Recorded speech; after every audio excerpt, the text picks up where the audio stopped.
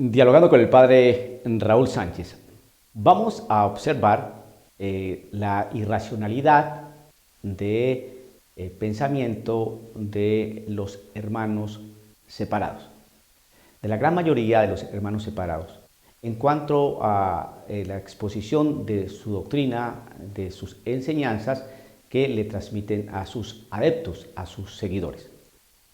Desafortunadamente, a veces el grueso del grupo, de las iglesias, no se dan a la tarea de pensar y reflexionar que lo que les están enseñando es cierto o no.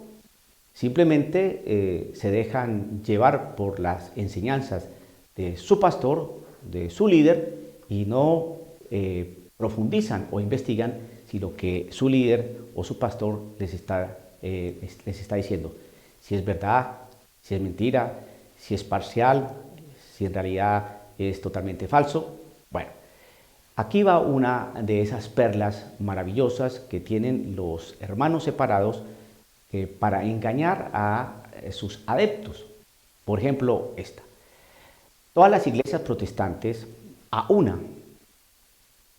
unísono, ¿no? Atacan a la iglesia católica. Y tienen una fantasía histórica que es aquella que dice que Constantino, ¿no?, fundó la Iglesia Católica, un emperador romano, ¿no?, en el año 312, bajo un edicto, ¿no?, estipuló, firmó y ordenó que se constituyera una iglesia llamada Iglesia Católica en el año 312. Bien. Entonces, posteriormente, de allí para adelante, porque según la fantasía histórica de los hermanos protestantes, que la iglesia que Cristo había edificado sí estuvo pura los primeros 3 siglos, era esa iglesia apostólica, esa iglesia verdadera que Cristo había edificado, primer siglo, segundo siglo, tercer siglo, pero hasta allí, en el siglo IV, año 312, cuando llegó este emperador romano, la iglesia prácticamente se corrompió, se romanizó, se paganizó, bueno, una cosa espantosa, y esa es la iglesia que ahora existe. Esa iglesia que arrancó con Constantino en el año 312 es la iglesia católica, esa iglesia apóstata, esa iglesia prácticamente pagana, esa iglesia que prácticamente es hija del diablo. Bueno, muchos nos tratan de esa manera. Vamos a desmontar esa fábula y esa fantasía histórica.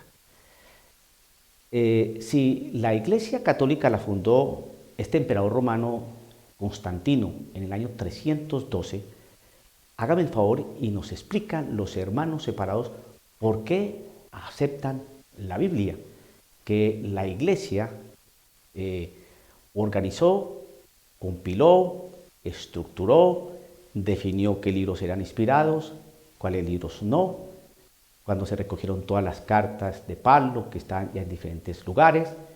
Todo eso lo organizaron, tardaron años en poder definir qué evangelios eran los inspirados, qué evangelios no, cuáles evangelios eran falsos, apócrifos, ¿no?, qué cartas eran verdaderas. Todo eso llevó un trabajo enorme de años.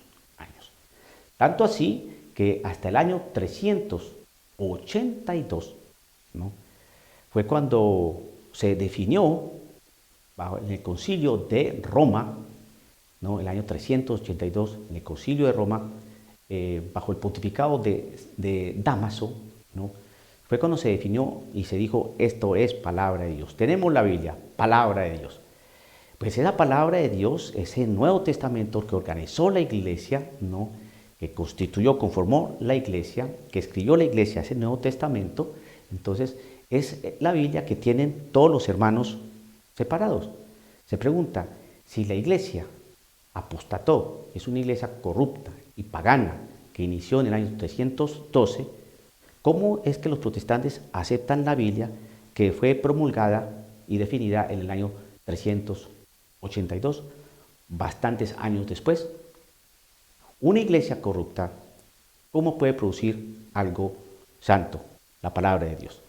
Una iglesia corrupta, ¿cómo puede definir algo que que los mismos hermanos separados tienen. Un árbol malo no puede dar frutos buenos. Así de sencillo. Y si la Iglesia Católica fue un árbol malo, podrido desde sus inicios, porque se paganizó, porque la fundó un emperador romano pagano, pues ¿qué puede producir un árbol pagano, corrupto y malo? Pues frutos malos. Pero la Biblia no es mala. La prueba está que ellos la tienen. Entonces ahí usted está viendo la irracionalidad y la manera de pensar de estos hermanos separados. Dialogando con el padre Raúl Sánchez.